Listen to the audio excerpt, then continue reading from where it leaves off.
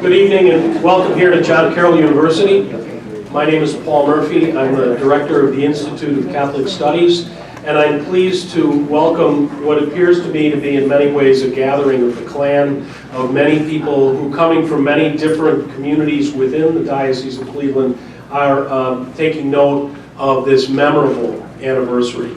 And we are very grateful to be hosting this first event to remember the religious women who struggled for justice and gave their lives in El Salvador.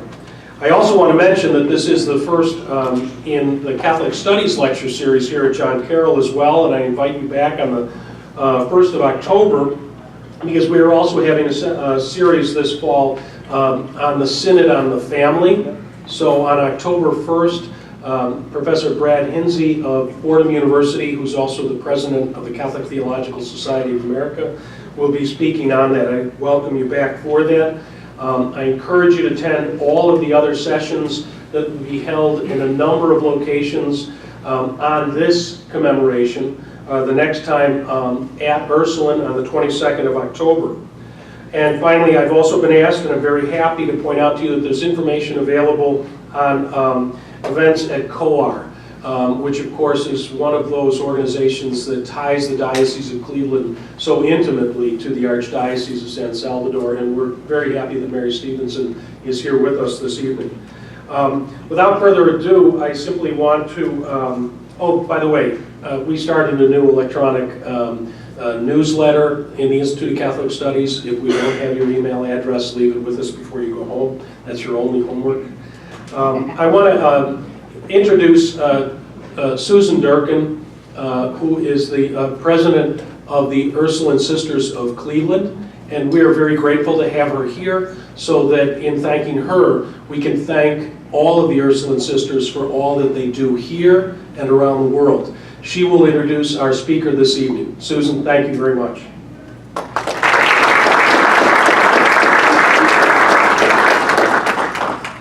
Wow, how do you top that? What a privilege and an honor for me to represent the Ursulines this evening. Special thanks to Father Niehoff. It is just such a gift, I think, that our church, that we can give to the world by showing this model of collaboration to others. It's not about competitiveness, it's about collaboration and cooperation, which I think is what the women were all about, and that's what their lives were all about. So what a wonderful way for us to celebrate this 35th anniversary. As Ursuline Sisters, we've always known that we do not have exclusive rights to this story of Dorothy and the church women, and I believe the Kaiser family feels the same way. It would have been an easy thing for us to do to pull in ranks after this tragedy. But their story and the stories of countless others, those that were named, those that were nameless, that disappeared, they don't just belong to us, they belong to the world. The story needs to be told. It serves as a reminder to all of us, no mas, no more, that this is something that we must remember, and it must never happen again. It's fitting that we begin this series of events to mark the 35th anniversary with this lecture recalling the legacy of these wonderful women. Like grains of wheat, the enduring legacy of Maura, Ida, Dorothy, and Jean, being delivered by someone we consider an honorary Ursuline. Margarete Swedish's life was changed and her conscience was pricked in the late 70s as stories about political oppression and the atrocities of Latin America became a part of the news. It propelled her on a path of service to make known and bring an end to the struggle of the poor and oppressed in Latin America. The deaths of Romero and the churchwomen and others galvanized Margaret to make it her business to shed light on, create dialogue around, and ultimately make lasting change regarding the policies of our government in Latin American countries. In 1981, Margaret became the first director of the Religious Task Force of Central America and Mexico, which was located in Washington, D.C., a post she held for the next 23 years. In this post, Margaret guided many, I lost my page, there we go, efforts of the organization which included decrying human rights atrocities and violence. She championed the call to a spirituality of solidarity and educated for peace and justice, always upholding the sacred stories, not only of Romero and the churchwomen, but of all martyrs of Central America. Margaret, who is someone that not only speaks truth to power, but her life stands as a living witness. She is a promoter of faith-informed action, preaches gospel justice, and demonstrates not only great citizenship, but more importantly, great discipleship. It is my privilege, on behalf of the Ursuline Sisters, this collaborative group, and the Kazel family, to welcome you, our sister, on this journey for solidarity and justice, our honorary Ursuline, and I might add, recipient of the 2005 Dorothy Kazel Alleluia Award this evening. I present Margarete Swedish.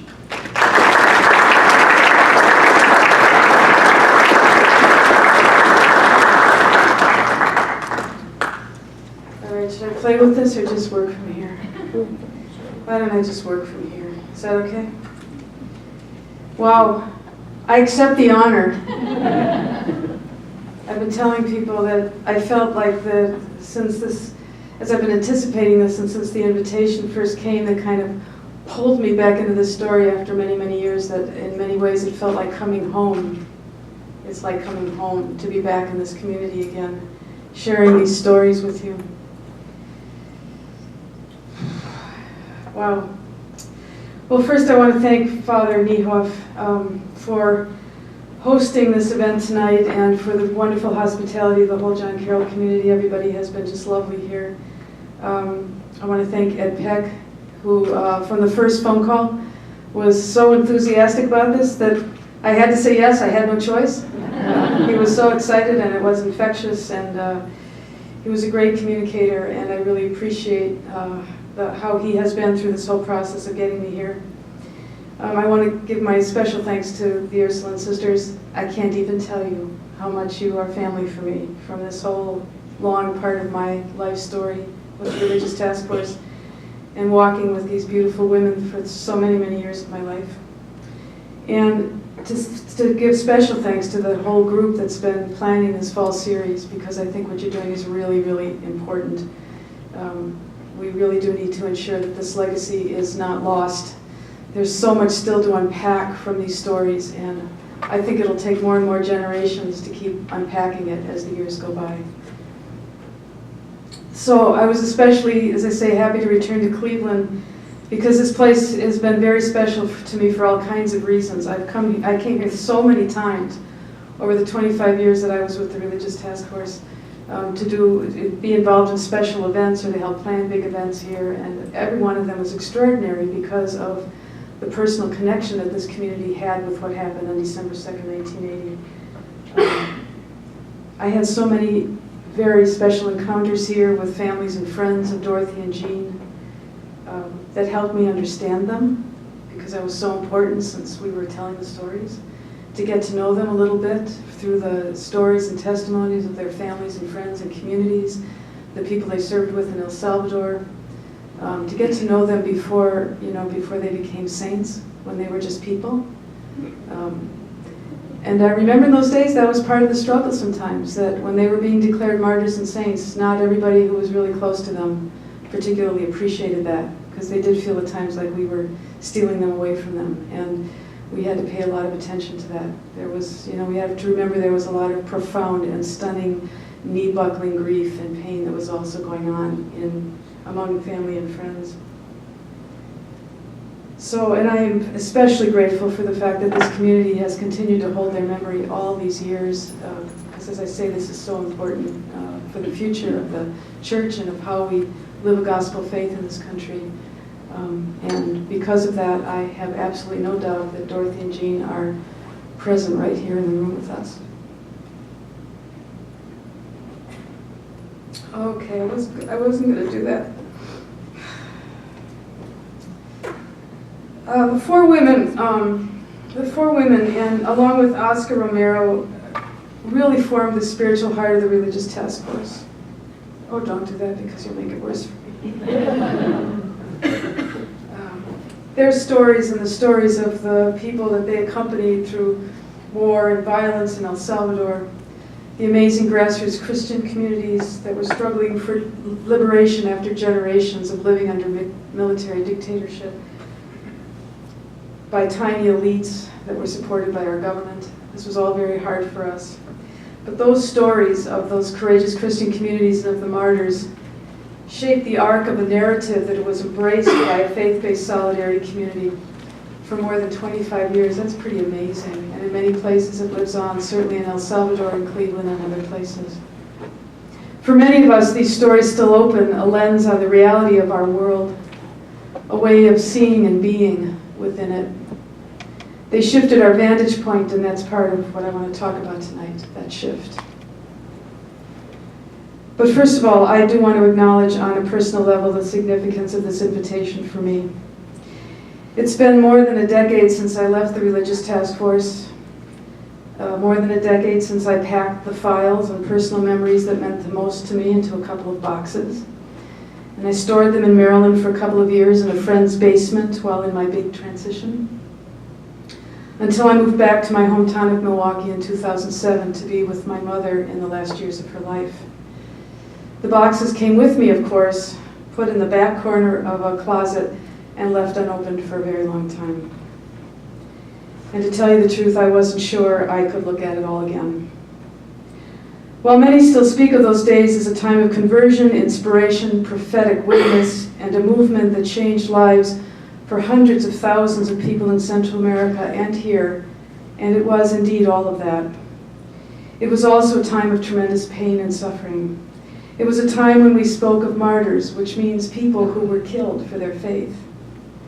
And there were so many massacred people, disappeared and tortured people, grassroots leaders and pastoral workers who were murdered because of their courageous witness. The more we did the work, the more we came to know people who ended up dead or tortured. The more we traveled to the region and visited the mass graves, the heroic human rights groups who opened their files and showed us the reality, the more we listened to the testimonies of the survivors and met with pastoral leaders of persecuted Christian communities, the more pain and trauma entered our psyches. The more we befriended and became colleagues of Central Americans who knew all of this firsthand, the more personal it became. In other words, the more deeply we involved ourselves in solidarity work, the more deeply we became part of the passion of Central America. I do believe that many of us would now admit that we have suffered a bit from absorbing all that trauma. I know I did. Part of my task was to tell these stories of the martyrs, the dead, the massacres over and over again, to write the litanies of the martyrs that grew longer and longer each year, to provide resources for communities in this country to take action as we reinterpreted the stories and try to bring more people into this movement, to offer inspiration from the gospel stories that provided context and meaning, promised another end to the story beyond Good Friday. It took a toll being a recorder of the story, and for a long time, I have to say I could not entertain the word martyr. It just made me wince. But even then, and through the years since then, as the region continues to suffer from the legacy of all that violence and injustice, there was always something else going on. Something beyond the pain that hinted at redemption, a way of being that could heal all of this and bring about a different kind of world. The martyrs keep pointing to that path, and they invite us even now and with more urgency to venture out, to take risks, to go find the meaning.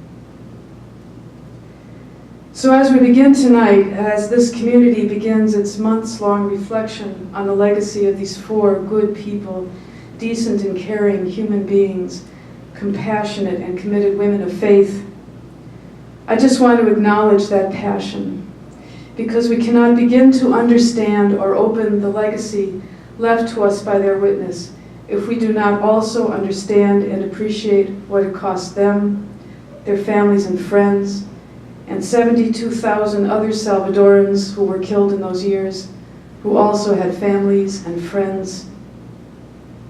Faith isn't needed in a happy, peaceful world. Faith comes amid challenges.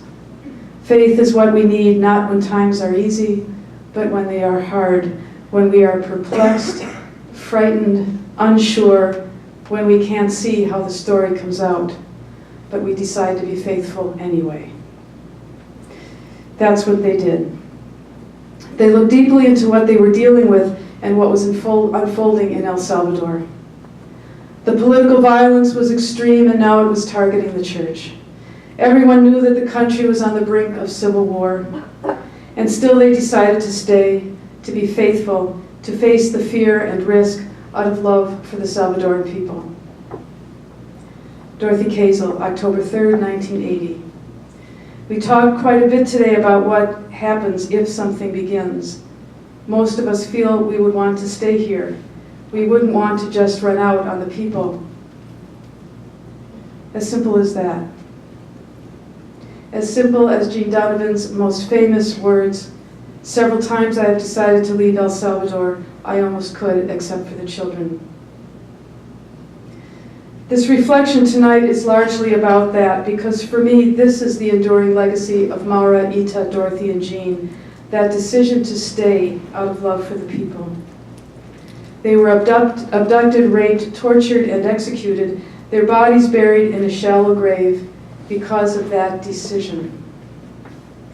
Unless the grain of wheat falls in the ground and dies. I'm a vegetable gardener, probably a lot of you are too, right? I know what that means. I know what happens to the seed. I know how life-giving it becomes, the shoots that come out of the ground, the food it produces, the harvest. Grains of wheat, indeed, or else none of us would be here tonight. Now we know that this passion of our world goes on in our own times, has never stopped, really. We could pause for a moment and think perhaps of the people of Syria, a country left devastated, destroyed by 4 years of savage war, a brutal dictator as ruler, harsh security forces, refugees on the move, leaving by the millions. Sounds a lot like El Salvador in the 1980s and 90s, no? Would that this was an unusual story in our world. And the point I would make in starting us off in such a difficult place tonight is this.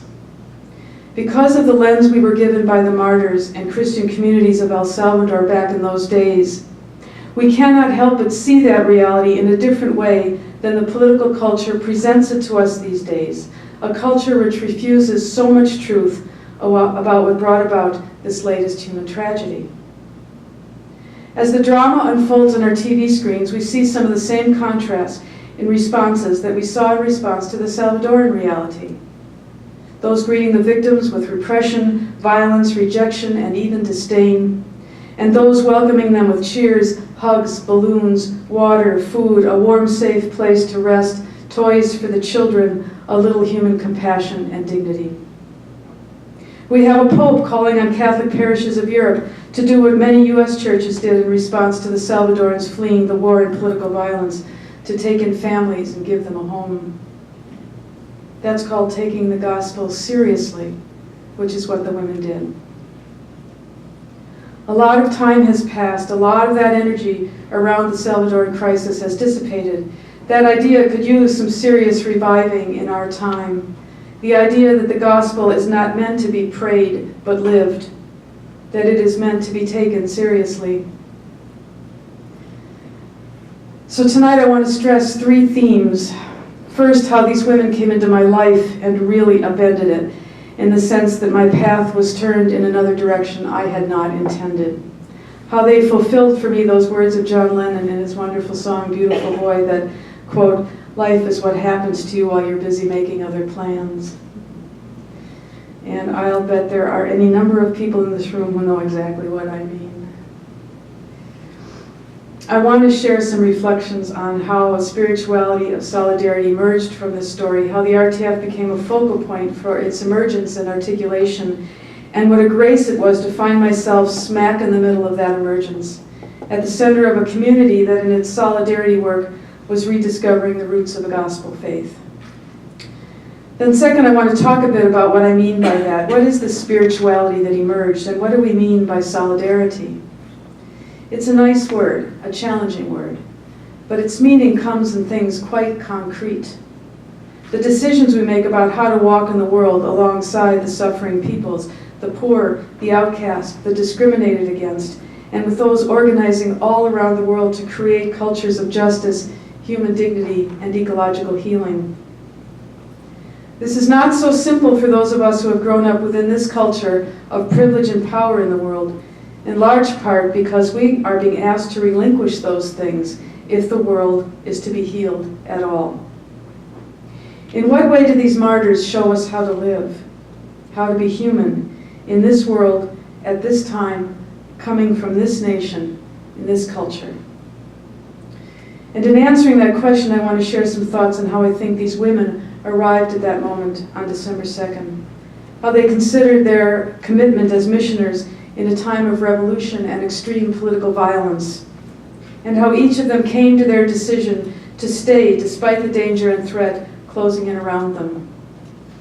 They can serve as a model for us as we face a time of threat and danger unlike anything we have experienced before, as dynamics of various ecological, political, and economic calamities begin to unfold in our world. How do we move into a time of crisis that we know is coming, and from which much will be asked of us as we can see where this story is going and decide who we want to be in it as it unfolds? So in 1980, I was living in a community in Washington, D.C. called Tabor House, founded by a couple of returned missioners from Latin America. It was a transitional move for me after living and working in Montreal at a place called Benedict Labre House, a hospitality house for homeless men, similar to the Catholic Worker here in the U.S. How that connection to Tabor House came about is another story, but it put me in a community already deeply engaged in solidarity work. Indeed, they were in many ways inventing it. The core insight was this: because of the role of the U.S. in support of military dictators, whose rule protected the interests of U.S. corporations invested in their countries, the U.S. faith community had a particular role to play in the work of solidarity, of changing the long legacy of oppression and poverty in Latin America, and that was to change the U.S. The work of solidarity kept pointing right back to our own country. When the news arrived at Tabor over those couple of days that early December, first of the disappearances, then the discovery of the burned-out van, then of the shallow grave, it set in motion feverish work on the part of religious communities to respond not only to these murders, but to the reality in El Salvador. These killings followed a series of bloody events in the country, including the murder of Archbishop Romero, and then of the entire leadership of the political opposition just 6 days before the women were killed. More than one outrageous act of targeted repression, these killings came as part of a concerted campaign against all those various sectors that threaten the status quo of military dictatorships. Students, human rights workers, labor organizers, political groups, and the Church of the People. As Romero once noted, it was not just any part of the church that was being attacked and persecuted. It was the church that had sided with the poor. We were shocked at the time that this campaign included U.S. missionaries. But in looking at this in context later on, it was obvious why this was the case, because of their vantage point. Working amid the repressed communities themselves, they were witnesses and credible ones. And by their courage in telling the truth about what was going on, they comprised a threat. Of course, the government couldn't know that then the mistake they made. In killing the women, they gave birth to a movement. In March of 1980, a group of Catholic religious leaders in Washington, D.C. had started up what they called the Religious Task Force on El Salvador, quote, an emergency 6-month effort, unquote, intended as a response to Romero's famous letter to President Jimmy Carter, pleading with him not to send military aid to the Salvadoran government. Well, by the time the women were killed, the RTF had already passed that timeline and had committed to extend that mandate another year to get through the immediate crisis. 6 months, a year. You see how from the very beginning, we had no idea how this story was going to unfold. We literally made it up as we went along. The following January, Ronald Reagan became president, and generals in El Salvador and Guatemala celebrated. And that's not just a nice tale or a metaphor, it's true, they actually celebrated. Human rights would no longer be a constraint on their repressive practices, and military aid would flow. Even a few thousand US military combatants would end up serving in El Salvador in following years, something we did not know until the war was over.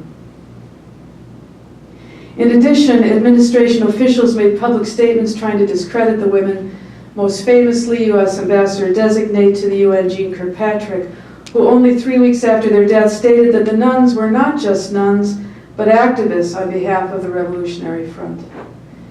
And Secretary of State Alexander Haig, good Catholic man, who testified, I'm sorry, I had to get that in, who testified before a congressional committee that March that the women, quote, may have been perceived to have run a roadblock, unquote, and perhaps, he said, there was an exchange of gunfire. Yes, you can imagine Dorothy Kazel with an AK-47 assault rifle blasting away on the back door of the van as they tried to speed away. Really? I didn't begin working with the RTF until September of 1981. Up to that point, it was staffed by a volunteer of former Peace Corps work in El Salvador and my colleague of 15 years, Lee Miller, also part of the Tabor community. I came on at what you might describe as something less than a living wage when the RTF steering committee decided to take up a call from missioners all around Latin America to declare a year of the Central American martyrs, beginning on December 2nd, the first anniversary, to raise awareness in the U.S. religious community about the reality in the region. While the letter was addressed to the bishops of the U.S., it was the RTF that took up the call, because they didn't. They needed someone to create this campaign, meanwhile, put together the resources, get it organized, get materials out to communities across the country. And you know, I was in a transition, right? I was available. And sometimes that's how life comes to you. You become available, and life decides to make use of your availability. It certainly seemed like worthy work for my time of transition.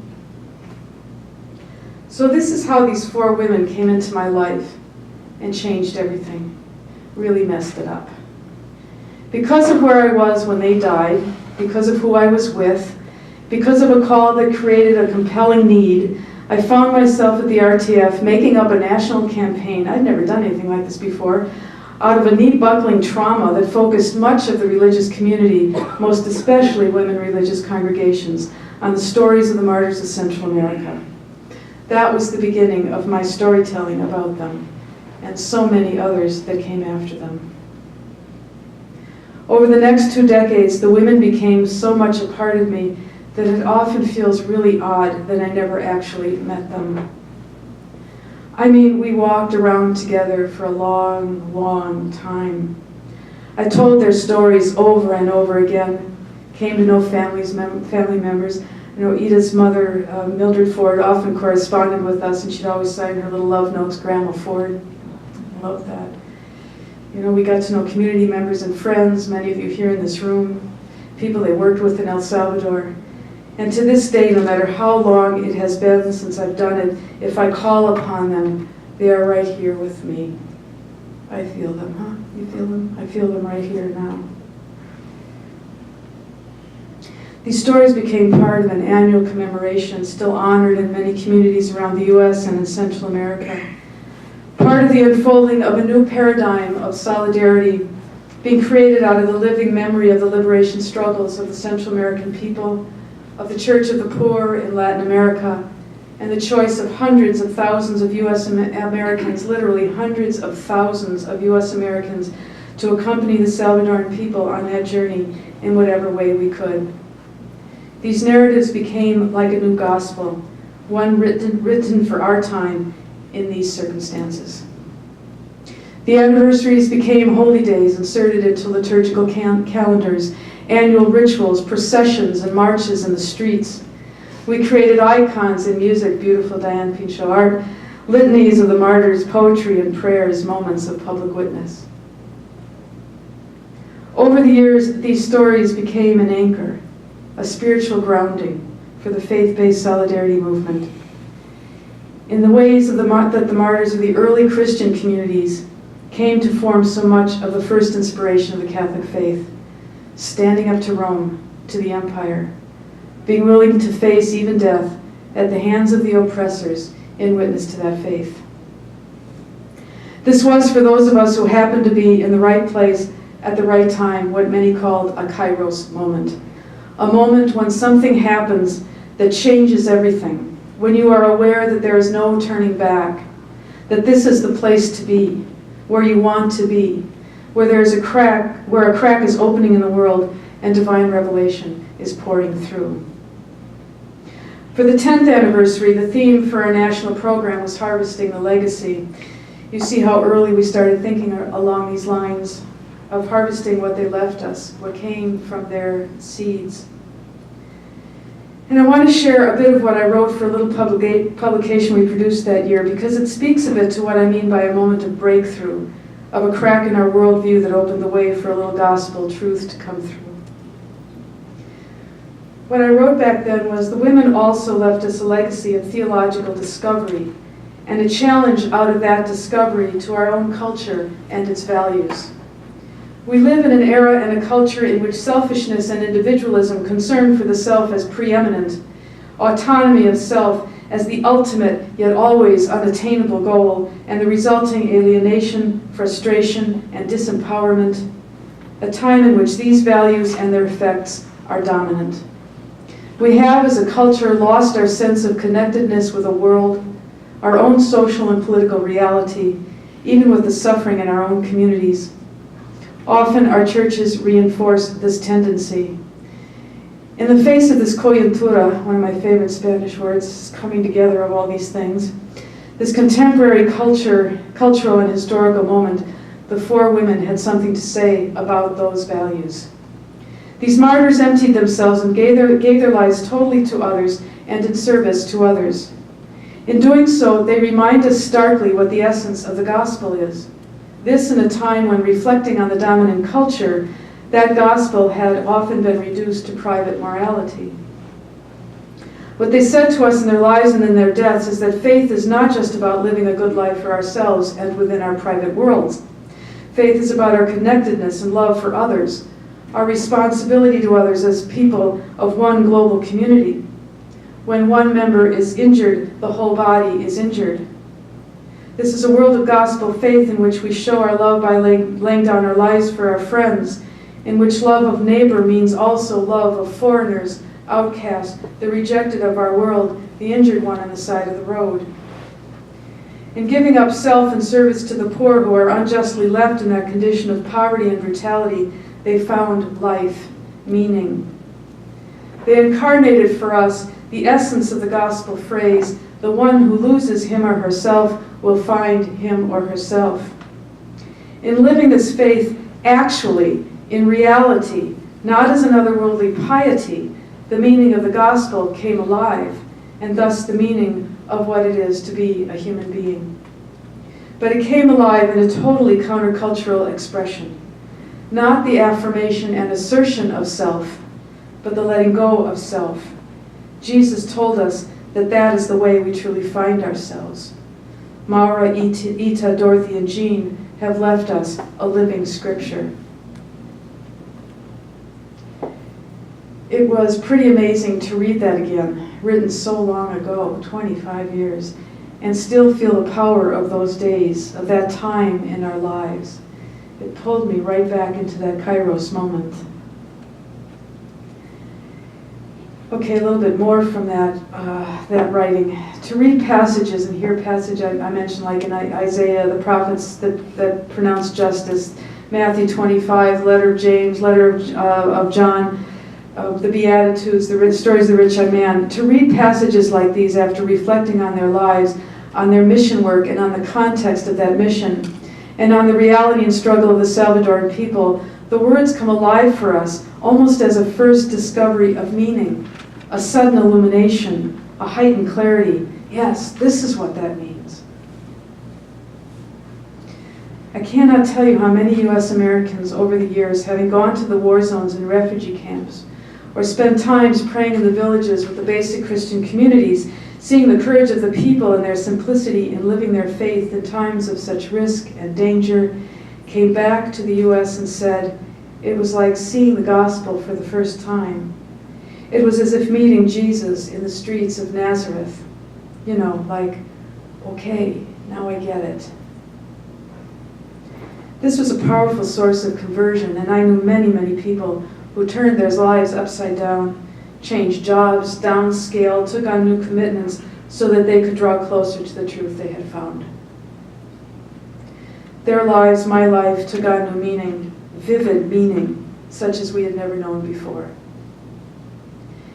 And what I wrote then was this experience was, quoting myself, an affirmation that these four women are pointing to where God is, how God is acting in our contemporary world, and that they are converting us by bringing us closer to that presence, whether we want to be there or not, whether we are ready to accept the consequences of our faith or not. We begin to understand what it means to come to the foot of the cross and to gaze up on the broken body of an incarnate God. 9 years after they were killed, a similar thing occurred when 6 Jesuits and 2 women at the Central America University in San Salvador were murdered by a Salvadoran military battalion that we later discovered had been trained here in the U.S. at the School of the Americas in Fort Benning, Georgia. The story was played out one more time. More people I knew, now stunned, traumatized by what happened, and the movement grew. This was a turning point, as if enough innocent blood had finally been shed. After November 16, 1989, the U.S. got serious about trying to broker a peace. Again, I wrote 25 years ago, the witness of this immediacy of the gospel invites us to an authentic wrestling with the meaning of our faith, with the gospel stories in a way that enfleshes them in our reality and the reality of our world. What I wrote back then was that the 4 women are apostles to us, announcing the good news of where the risen Jesus can be found and where meaning can be found. For those who come from, I wrote, or are inspired by a gospel-based faith, they restore for us in our time the authenticity of the gospel message, and they give content, substance, and new urgency to that message. So that's what we were thinking about 10 years after the women died. Still feels pretty relevant, yeah? Yes, right? Kind of resonates, doesn't it? So what was it that happened to us? What did these women invite us to see in the reality of El Salvador that was so life-changing? In what way, besides martyrdom, did the gospel come alive for us? I could share dozens of stories tonight, but we don't have time. Unless you want to spend the night together here, we could share stories all night. But I picked one that was particularly meaningful for me as an example to share, not because it is dramatic, but because it is so simple. As Jesus often was, as he tried to show us where exactly God or the sacred or the presence of the divine was at work in our world. In El Salvador, as in many countries of Latin America, following the great breakthrough at the gathering of Latin American bishops in Medellin in 1968 and Puebla, Mexico in 1979, when the preferential option for the poor was first pronounced, basic Christian communities had become the heart of a people organizing for liberation. They read the gospel stories together and there discovered that rather than being consigned by God to a life of poverty and subservience, a lot which they were called upon to accept as their path to eternal life, they were actually at the heart of God's love and attention. They saw that they were significant in God's eyes, that they had inherent dignity, that God did not intend their misery and suffering, but rather it was inflicted upon them by an unjust social order. You can imagine just how liberating an insight this was, how empowering. And you can imagine why they would become a target of repression by a dictatorship at the service of a small, wealthy elite that ran the country to their benefit. The faith of these communities put mine to shame. The risks they took to try to make this real in their worlds for their children and those who would come after. They began to see a different possibility. We did too. A different kind of relationship between our peoples than the one our history starting with the Monroe Doctrine, had inflicted upon them. On a delegation back in 1986, 9 of us went off to visit a community of displaced people in the southern province of Usulután that had fled the north part of the country because of military attacks that included air assaults and mass shootings of anyone found in the villages the soldiers were trying to clean out. According to counterinsurgency doctrine, as we saw in Vietnam, empty villages were not good hiding places for armed guerrillas, so they would just kill everybody, force them to leave. It was a long day. We set out from San Salvador in the early morning, packed into our van with a woman named Gloria, who would be our guide. Several weeks before this, Salvadoran guerrillas had blown up the bridge that was the highway connection leading to Usulután. The only way across was an old railroad bridge, quite narrow, only one-way traffic could get through. We found ourselves in a long line of backed-up vehicles and soldiers everywhere. Gloria kept her back to the van windows for fear she might be recognized. We all understood the gravity of the situation. After about an hour and a half, we were finally waved across to find more soldiers on the other side. And here are the gringos pretending there's nothing special going on. But luckily, the soldiers paid little attention to us. We turned down a dirt road and finally left the military behind us. Now we're driving through fields and seeing absolutely no one, which was a little creepy. After a few miles up ahead, we saw young people with guns and bandanas around their heads. We were driving into a zone of guerrilla control. No fear here, they smiled and waved us on. We arrived at the camp of displaced people to find elderly children, single mothers, living under plastic sheets held up with branches and twigs. We spent a couple of hours here listening to their stories, telling them who we were and the work we did back in the States.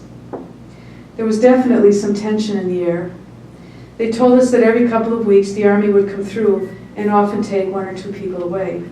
No one seemed to know what happened to them after that. We prayed with them, they sang songs for us, and in the end we all shared big hugs. By now it was 3 in the afternoon. We were hot, tired, and very hungry. So we loaded up the van again and were directed down another narrower dirt road and eventually onto a walking path through the fields. And the ride was so rough, I swear, I thought the bottom would drop out from under the van and there we would be out in the fields in Usulután. But eventually we arrived at the simple home of a campesino family. A small house, thatched roof, some simple outbuildings, and chickens bustling all about. This family had offered to make a meal for us. They knew we were 11 people, 9 gringos, the driver, and Gloria. And this is what they had waiting for us. 11 plastic bowls. In each bowl was chicken broth and 1 small piece of chicken, 11 tortillas, and 11 cups of coffee. Earlier that morning, they had slaughtered one of the roosters for us. In that moment, I understood Eucharist for the first time. Its meaning just lit up. This was one of those moments when the story, what Jesus was trying to tell us by way of it, came crashing through like a revelation. Oh, that's what he meant. It was one of the most sacred and meaningful meals I've ever had. They weren't praying the gospel. They were living it. Multiply that story by some tens of thousands of times, and you begin to get a glimpse of what made the Central America Solidarity movement in the U.S. perhaps the most inspiring and impactful peace movement since the Vietnam War. It got personal, and it became infused with deep, life-transforming meaning. So what now? What can we say about all this looking back 3.5 decades? Does it still resonate? Well, the world has changed a lot. That paradigm of liberation and revolution in which the people place so much hope has left their countries without military dictators and a modicum of electoral democracy, but profound social and economic challenges. El Salvador has one of the highest murder rates in the world. The U.S. and Salvadoran governments left plenty of guns behind when the war ended, a people traumatized, and economy in ruins. The immediacy of struggle to stop war and political repression has morphed into the long-term struggle of trying to change society after generations of bitter oppression and yawning gaps between rich and poor. But that struggle goes on amid a global economy that is not kind to poor countries, but rather still takes advantage of their poverty to exploit resources and labor. And beyond that local reality, we are now confronted with changes so vast it's hard to get a handle on them. We've entered a time of great planetary peril, as the reach of industrial civilization continues to spread across the globe with its voracious appetite for more and more inputs from this poor, beleaguered planet, and the monumental amounts of waste that it produces that have nowhere to go but into our atmosphere and biosphere. The industrial growth economy is bringing about the collapse of ecosystems everywhere.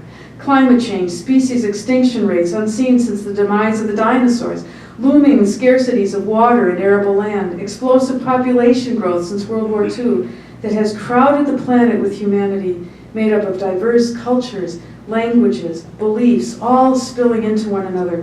One response, sadly, being the resurgence of racism, tribalism, and other fierce and violent forms of segregation. These startling new trends are showing us that humans have reached the end of the abuse we can dish out to this planet and to one another, and think we have reasonable assurance of survival. In a vastly unequal world, we are having to confront the reality that we are already living beyond the biocapacity of the planet. Indeed, researchers have shown that we already need 1.6 planets to continue living as we are now. We've got a problem. Basic resources are growing scarce, most especially fresh water. Concerns about things like resource wars are rising. Even our Pentagon has been studying for some time now the security threats that are coming with climate change and resource depletion, even though there are still way too many people in this country who don't even believe it's happening. Is that really the agency we want leading as the ecological crises unfold? Is that how we want to approach the looming challenges facing the human community, by way of military strategies to protect U.S. interests? It's what Russia's doing, it's what China's doing, and it's what many, many countries are doing, right? Think U.S. policy in Latin America and how well that approach worked and what it cost. And yet there are still not nearly enough leading cultural, political, or religious institutions that are willing to take a prophetic stance on this, to interpret this reality and what it suggests about what we need to do in the face of it. You have perhaps heard or read the reports about how deep and persistent drought in Syria is one of the causes of the war there. Thousands of farmers and villages were no longer able to survive, and when the Assad government refused to respond to their needs, they became part of the spark that began the uprising against the government. Some have called the war in Syria the first climate change war. Is this the world's future? Around the world, we've seen a pretty devastating year when it comes to the weather, right? Raging wildfires out west, fueled by years of drought and dead forests, from Mexico all the way to Alaska, torrents of rain and flooding in other places, record heat waves across India and Pakistan that killed thousands this past summer, and across much of Europe and in Alaska where the permafrost is melting. Back in the day, we would call these signs of the times. And if we were still operating out of the reflection model used in the Latin American-based communities, we would be sitting together asking, what is going on? Why is it going on? What are the causes? What does that look like in the light of faith? And what do we feel called to do about it from that vantage point? Meanwhile, economic chasms between rich and poor continue to widen in what is now a global economy marked by deep structural inequities. Poverty is on the rise in this country, even among working people who have seen their real wages falling over the past 30 years. Sad to say, in Milwaukee right now, 30% of the city people who live in the city of Milwaukee are living in poverty, including 50% of the children. The business elites, along with most of the politicians, neglect not only this reality, but the reality of segregation in my city, which is another fuel driving the separation between the most entirely white affluent people and the mostly poor African American community. I was sharing this today and people were saying sounds a lot like Cleveland. If we were still operating out of that circle of praxis model, what was called See, Judge, Act, we would be looking at that reality deeply to see what it is, what dynamics are at work, then reflect on it in the light of faith. And we would be asking ourselves some very hard questions about how we live here, about what has gone wrong, about how our economic culture has managed to stray so far from the core values of justice and human dignity. Thing is, these changes to the planet and to our understanding of what has brought them about, since they are planetary in nature and hold all of us within their grip, have the potential to bring humans together as we have never been before, or to separate us out even more if we choose tribalism and fear as our response. That's a crossroads we face now, and we have to decide how to proceed. Scared yet? I am. A lot of people are. The 4 women were, as they faced the reality of El Salvador, and then had to weigh that fear against the urge to be faithful to what had called them there. The thing is, we don't get to choose the kind of world into which we are born. We only get to decide how we're going to live in it, what kind of human beings we will be. And yet there is this other truth in the matter, one that I think marked the lives of Maura, Ita, Dorothy, and Jean in their work as missioners. In the face of real crisis and need, our lives take on incredible significance. Again, like Jesus, the real story of the women, what makes them remarkable is not how they died or that they died, it's why they died, right? I think sometimes that there is way too much focus on the cross and resurrection, and a great neglect of the 20 or more chapters that came before the arrest and execution of Jesus. We neglect the whole narrative of those stories that brought him into conflict with authorities who saw his movement as a threat to their power. In a statement signed by Sister Melinda Roper, who was president of the Maryknoll Sisters at the time the women died, and Father James Noonan, Superior General of the Maryknoll Fathers and Brothers, back in 1980, they addressed this question directly. They said, "Our sisters were killed because they lived as the gospel of Jesus directed them to live. The gospel illuminates and touches all aspects of human life and is never separated from it. It proclaims total freedom for all persons and societies from the slavery of selfishness, hatred, and fear. This gospel judges the proud and powerful who put their trust in the idols of money, power, and status. It lifts up the needy and the poor who put their trust in God and God's love. To those who are blind to the message of that gospel, our sisters and countless others who daily witness to it by their lives are dangerous. They threaten political structures which promote false idols and destroy the image of God in the human person. Ita and Maura, Dorothy and Jean were committed to the gospel and thus gave their lives in love with and for the poor. That and that alone is why they died." I remember even at the time feeling that that statement reads almost as an indictment of the kind of world in which we live. But I want to come back to this other point. Among the many ways new ecological spirituality is emergent in the world, and this is articulated, by the way, beautifully by Pope Francis in his encyclical Laudato Si. If you haven't read it, I highly recommend. And that's that God is not only imaged for us in the human.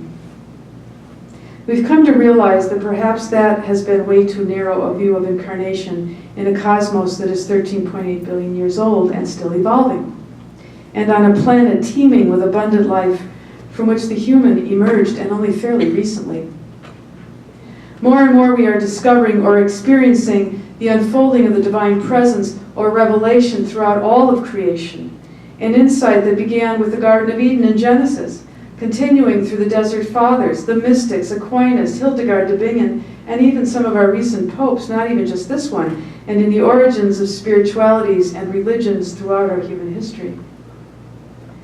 And we have come to appreciate what it means that one voracious species, mistaking the magnificent gift of self-aware consciousness as a presumption of mastery, control, and superiority over creation itself, has put the whole web of life on this planet into jeopardy. Humans are literally tearing it apart. Science tells us that if we keep doing that, it will not be able to hold us much longer, and certainly not the way of life that has brought this about. The one most of us in this culture still sort of assume as ours by birthright, or privilege, or even from our hard work. Solidarity is taking on a new, more expansive meaning. We are being called to a new form of solidarity, not just with our sister and brother humans, but with all the sentient and non-sentient beings with whom we share the planet, with all the interconnected webs of life that are part of the created whole. As Pope Francis, that really good Jesuit Franciscan, wrote, echoing the namesake of his papacy, I love that Jesuit Franciscan thing. As he wrote, he said, this creation, these beings, have integrity in their own right that must be respected. And this does two things. It puts humans into a more humble place within creation, and we could use a little humility. It strips us of a lot of hubris, self-importance, and attitudes of superiority, of being over and above, masters of, rather than participants within. But it also does this other thing. It makes the human species right now more important than it has ever been, because the future of life on the planet is kind of in our hands right now. What we decide is going to affect life in all its forms all around the world, as we are already seeing.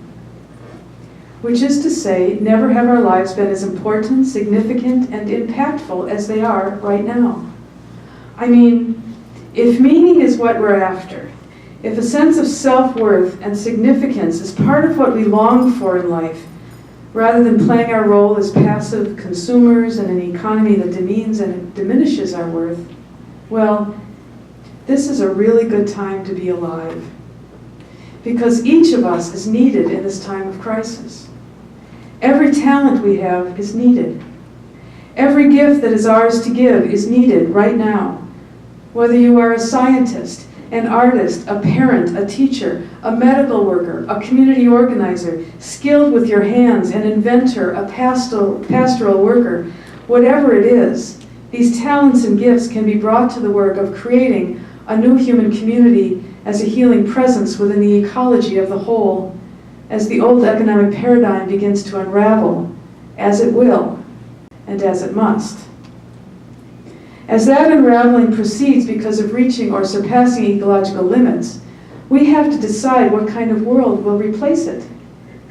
Many people are already engaged in that work, what we in my project call the work of new creation, and the big decision that it's ours to make now from within the cultural context of this society is, what will we do in the face of this turning point for our planet? What do we want to do, each of us, with our unique gifts and talents in the face of what is undoubtedly a new Kairos moment? How do we want to participate? Well, I turn to the words of Edith Ford to find a little encouragement for us as we wrestle with this. The quote is one that I'm sure many of you know very well. It's from the letter she wrote to her godchild and niece, Jennifer Ford, to mark her 16th birthday on August 18th, 1980. She wrote, "This is a terrible time in El Salvador for youth. A lot of idealism and commitment is getting snuffed out here now. The reasons why so many people are killed are quite complicated, yet there are some clear, simple strands. One is that many people have found a meaning to life, to sacrifice, to struggle, and even to death. And whether their lifespan is 16 years, 60, or 90, their life had a purpose. In many ways, they are fortunate people. Brooklyn is not passing through the drama of El Salvador, but some things hold true wherever one is and whatever age. What I'm saying is, I hope you come to find that which gives life deep meaning for you, something worth living for, maybe even worth dying for. Something that energizes you, enthuses you, enables you to keep moving ahead. I can't tell you what it might be. That's for you to find, to choose, to love. I can just encourage you to start looking and support you in the search." So let's change it up a bit and bring these beautiful words to a young girl into the moment. In many ways, this is a terrible time in our world. A lot of idealism and commitment is being snuffed out by the way this world is organized, by consumerism, selfishness, tribalism, racism, political violence, ecological devastation that has put our future in doubt. A lot of people are getting killed, dying, getting sick, dispirited, depressed, and anxious for reasons that are complicated and incredibly complex by the world we have made. But many people, especially the young, the indigenous, the discriminated against, are finding meaning to life, to struggle, to sacrifice, by engaging this world and its difficult challenges rather than fleeing from them. It is indeed the great adventure of our lives now, the one of repairing our damaged relations with all of creation, including our human sisters and brothers, but also the web of life that holds us all in its embrace. May we all find that which energizes and enthuses us as we keep moving ahead. All of us are born into this moment for a reason. All of us have something to offer this world, and because of that, each of our lives can be infused with greater meaning than we have ever known, should we choose to engage the adventure. In my book, Living Beyond the End of the World, A Spirituality of Hope, the last chapter is entitled, What Kind of Human Beings Will We Be as We Go Through the Crisis? That question has haunted me now for years. How will we answer it as we move through this period of tumultuous transition in the human journey? The four women have something to say to us about that. They showed us, as so many Salvadorans did in those days, and so many Americans who chose the path of solidarity, how to be human in the world. We don't live in their context, in their moment in history, when they had to make the decisions that they did in El Salvador. But what they show us is how to go about making those decisions in the concrete circumstances of our lives. How to confront what John Sabrino used to call the real realities of our world as it is, not as we wish it to be. So as we close, I want to go back once more to that reflection model, the circle of praxis, that once helped so many of us find a path through crisis times, or a way to be helpful. This isn't a reflection process you go through once in a lifetime. Reading the signs of the times is a way, a path, an orientation, not an end that contains all the answers. Who in this room can tell us how the story is going to turn out? I sure don't know. We trust in the future not because we can see it clearly, but because we hold to a promise that exists within the heart of creation. To face the challenges they did, the four women, Oscar Romero, the Jesuits of the UCA, and thousands upon thousands of Salvadorans put their trust in the promise. What is that promise? It's the promise of life, and even more life. It's what exists within the burgeoning, emerging heart of creation, and is what keeps propelling the process of new creation forward, inward, and outward. Wouldn't it be sad if we aborted that process here on this planet, still the only one we know, where conscious life burst forth in wild and abundant diversity and beauty and things that each day amaze? So we engage. We take the time we need to figure out what in the world is going on that is bringing about the crisis times. First, we look deeply into the reality of our world. We ask why it is the way it is. What forces are at work? What's operating here? Then we reflect on that in the light of faith. Then in that light and rooted in our deep reflection, we make the decisions about how we're going to live. What the women did for us, being U.S. Americans, working in a country which war and violence had so much to do with us historically, was show us how to break with that history, to create a wholly new set of relationships geared toward healing that history. In other words, the work of solidarity. We need to be courageous about breaking with that history again. Remember also that the women never did this in isolation, never alone. That would not be possible. You can't do see, judge, act, reflection sitting all alone in your room, or only with people of like mind in a monoculture that does not challenge our worldview. It takes a community of people able to listen to one another, see the reality from other points of view. In the case of the women and of Romero, who spoke on this so eloquently, it was to look at the Salvadoran reality from the vantage point of the poor. We in this culture are called to shift our vantage point if we are to see clearly the connections between how we live here and what is happening to life and the planet, from our most local communities to the farthest reaches of the impacts of industrial society in which we all participate. New creation means developing a whole new sense of community. We are not only part of a human community, but also of an ecological community. And we are learning more and more that we cannot save the human community if we destroy the ecological community. Again, echoing the Pope, these realities are all coming together now. This is our new Kairos moment. We have the example, the inspiration, the spirit of these 4 women to give us the courage to do this, to find our way. This is how their legacy endures. Maura y Dorothy Jean presente. Adelante siempre. Thank you.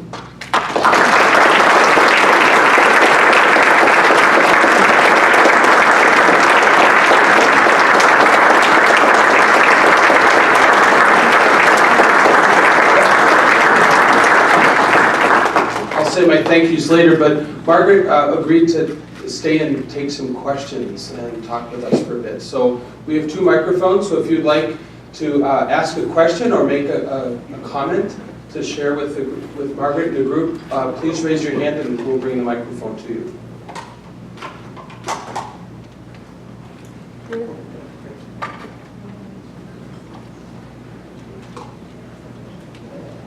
Margaret, thank you.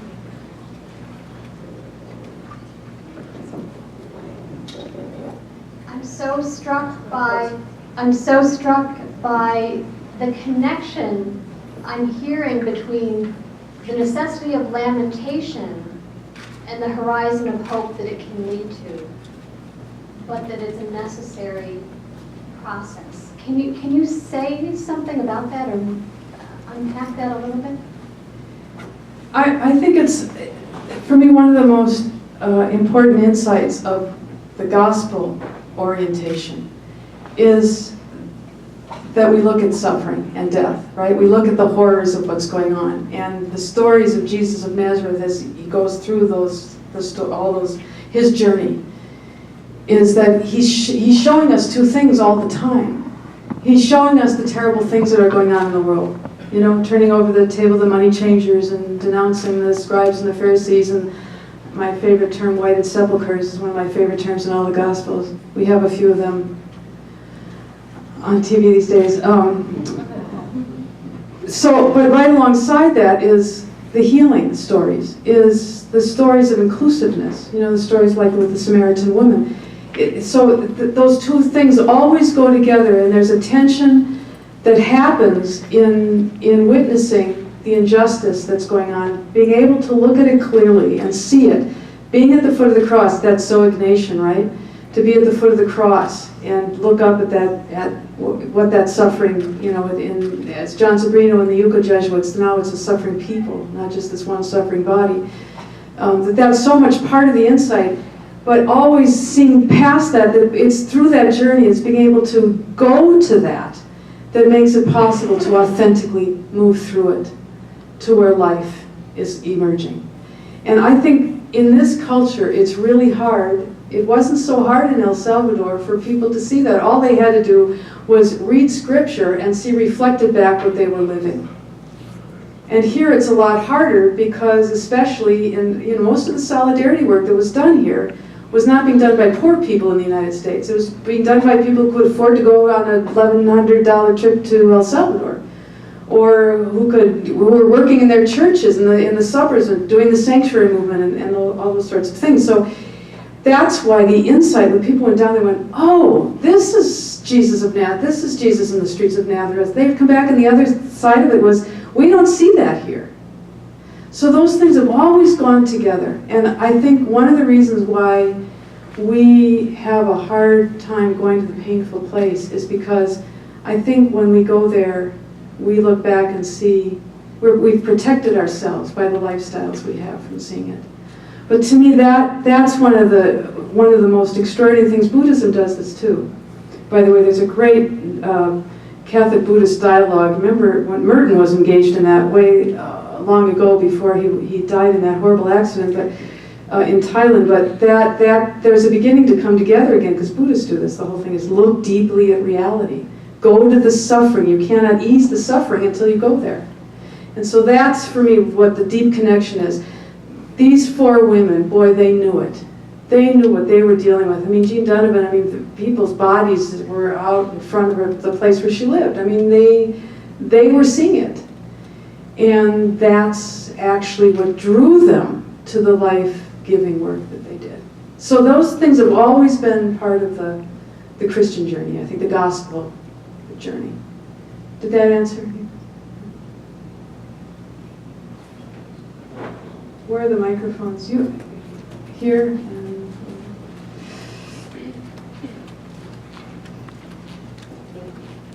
Hi. This is on. My name is. I just told her really close. Oh, sure. Yeah. My name is Rihanna McChesney. I'm a student at Ursuline College. Thank you for coming to speak here today. I was just wondering if you could, do you know anything about the current state of affairs in El Salvador and what thing like the RTF has done specifically to help recently? Well, yeah, we closed our doors in 2005 for all kinds of reasons. It was time. The work was morphing into other things. There still are some local task forces like the one here. Salvador's, it's really struggling. I mean, countries can emerge from that kind of trauma and just suddenly become healthy democracies. The military's pretty much gone back to its barracks, but there's, and they do have elected government, and someone from the FMLN was elected. And so there is that kind of vitality that wasn't there before. There is political debate that's going on, but it's also a very violent country. It's very poor. The country was never disarmed after the war, and that's often, you see that happen all the time when there are these wars that involve a country, you know, the superpowers come in and take sides and all these weapons go flowing in, but when the war is over, nobody takes the weapons out. So a lot of people were released from the military without any prospects of work. They had their guns. We were starting to deport a lot of Salvadorans who committed crimes, say like in south central LA, where there were some gangs that kind of grew up there, and now we started deporting the gangs back to El Salvador, and they started setting up these networks between LA and Salvador, and I mean, nobody really thought through a lot of what happened in the post-war time, and so the drug gangs are a huge problem, not only in El Salvador, but also up here because they have connections up here. So there's a tremendous, high level of violence. There are still basic Christian communities meeting. There are still tremendous organizations at the grassroots that are doing great work. And there are still a lot of groups around the U.S. that are connected with them. There's still sister community relations going on parish to parish.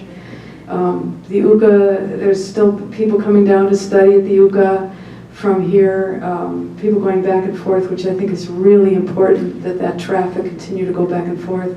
There's still missioners down there working in popular health and education and pastoral work.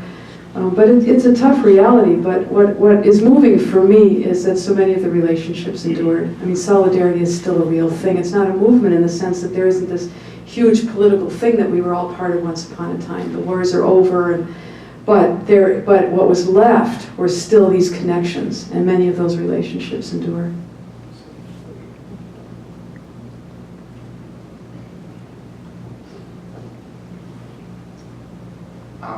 Margaret, following in the footsteps of my aunt, Sister Dorothy Hazel, as a guidance counselor, we often inspire teenagers and college students to remember their spirit and their passion and their inspiration.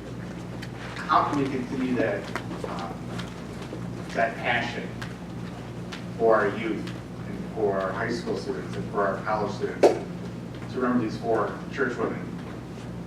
35 years later, they weren't even born. What's your thoughts on continuing their memories and their inspiration in the eyes of our youth? Well, part of it is what you're doing.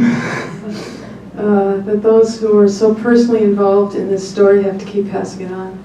But you know, Martin Luther King was killed a long time ago too, and think of the impact he still has. So, but the thing, I think that it's not just the story, it's making it relevant in their lives right now, which is why for me it's like looking at their lives in the context we're in now. How does their whole way of being, their orientation, help break open the reality we're in now? I think, to me, that's one of the things to make the stories relevant. How come the Jesus story is still relevant? You know, how come the Buddha is still relevant, or Gandhi, or Martin Luther King? It's because there's something in these stories that still kind of lights up reality, that still helps point a way, a path. And if we find comfort in these people, because we know that we're not, they're the trailblazers, we don't have to make it all up. There actually are stories we can go back to. I mean, I think stories are really, really powerful. I mean, why do we still tell gospel stories over and over again, the same ones? 60 some years, and still some of those stories go, wow, is that a great story, So I think that's part of it, is the telling of the stories and then bringing it, using those stories as a way to break open the reality of these kids. I mean, I don't want to get off too big a segue because but I recently had an opportunity to speak on ecological stuff to a group of 23 Latino kids. I was told teenagers, but they were somewhat a little younger than that. It was 11 to 15 from Racine at a campground about 55 miles outside Milwaukee. And I always prepare well when I'm going to talk to kids that young. It's like, you don't want to scare them to death, but you want to really make them go, wow, man, We had so much fun, and it was just about how to touch their reality, where they are. I brought in some pictures I found of the Root River in Racine going to Lake Michigan, and some of the yucky stuff in Lake Michigan, and the pollution and the coal ash spill and stuff, and they were totally engaged. So it's, to me, the thing that makes it most relevant is where you can get the stories to connect with something real in their lives, where those stories help them see something in a different way, which is why I think these women are still so important. That's what I mean about sort of bringing them into this moment, because they give us an orientation. I don't want to speak for how they would be 35 years later dealing with ecological stuff, but I know an awful lot of people like them, and I think I can make a really good guess. From what Marinollers and others have done along the way. I mean, that's where a lot of the movement went. Not abandoning the solidarity movement at all, but realizing it's happening in this larger context, and we have to deal with that larger context. When I started moving on to the ecology stuff, it was so interesting because I went through a little mourning time. I was thinking, I'm leaving this community and I'll never see these people again, and I'm going to start doing this other work. And then I started going to these gatherings, Sisters of Earth and Miriam Treese McGillis and all this stuff, and I walk in these rooms and I go, oh my gosh, they're all here. Here's everybody. So I think that's the thing, is to see it as a journey and realizing that what they can help us do is see our reality. I keep coming back, I'm telling you, that C.J. Jack model really works. It would be interesting to use that with young people. Because boy, they got a handle on. A lot of kids I talk to really know they're in trouble. They know their life's going to be not what they thought it was going to be, not what their parents keep telling them it's going to be. They know, and I think what they need more than anything is people who can help them, who will listen to them, pay attention to that, not try to talk them out of what they know. So I hope that helped answer a little bit.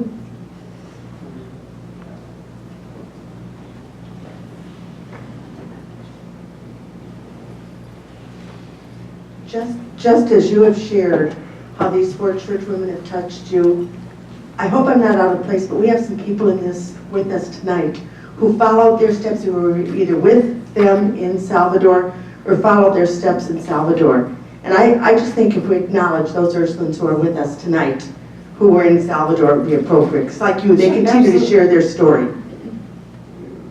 If they could stand up, you know who you are, those of you who are in Salvador.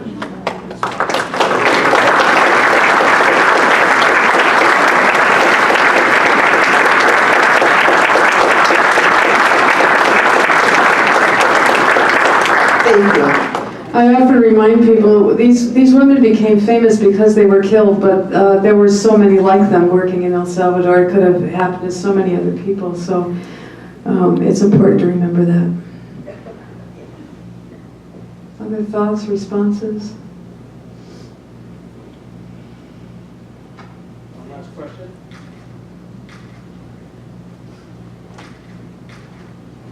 Well, please join me in thanking Margaret one more time.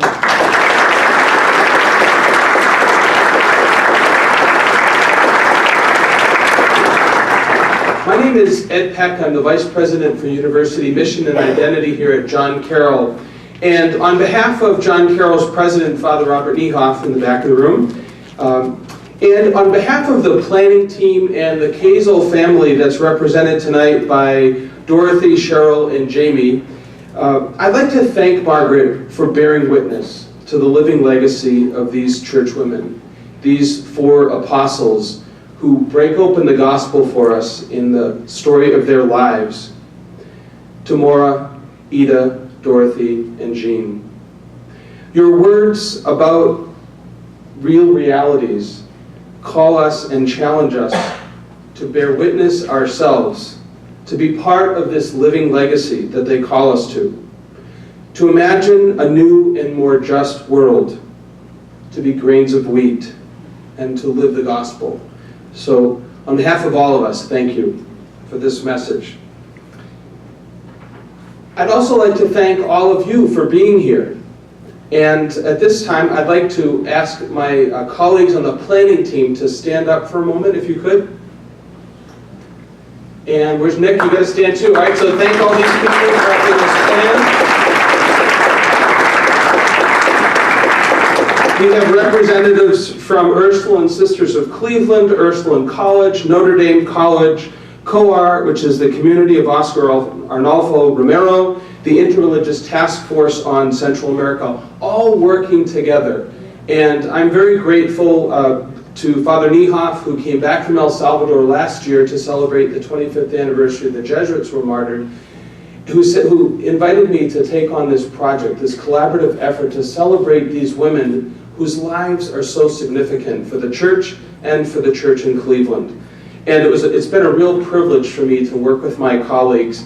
And I just want to make sure that each of you has signed in so that we can remind you about some upcoming events that we have. On Thursday, October 2nd, you are all invited to come back to Ursuline College, as Paul Murphy mentioned earlier. And we want to hear from some of the missionaries. I think we have almost 20 missionaries at least. 17 so far, so I'm sure that we're going to get some more to come. But we're going to invite people to sit down with the missionaries to talk about their experiences and to share with them. So that's going to be on Thursday, October 22nd at Ursuline College. Then on November 17th, we're invited to Notre Dame College to watch a documentary, Choices of the Heart, and to have a meal and to talk about what we see in the documentary and to share our thoughts and feelings. And then on December 2nd, the Ursuline Sisters of Cleveland invite us all to join them in their 35th celebration of the lives of these 4 women, and especially of their sister, Dorothy. And this is going to be a wonderful, prayerful experience that we're all going to be invited to journey through. A lot of people are putting a lot of effort into that, so I hope that you can mark that on your calendar, Wednesday, December 2nd. And that's one that we do ask you to register for so that we can make sure that we are able to welcome you. And lastly, I'd just like to thank Sister Susan Durkin for your wonderful, gracious introduction, and also for representing your community that we're partnering with, so thank you. We have some cookies in the back and some water, so we hope that you stay, share a little fellowship, and have a cookie. And make sure that you grab a lot of information in the back. We have postcards for Catholic Studies lecture series, the lecture series that we're sponsoring for the Synod on the Family that's coming up, and of course these postcards about our events. Thank you all.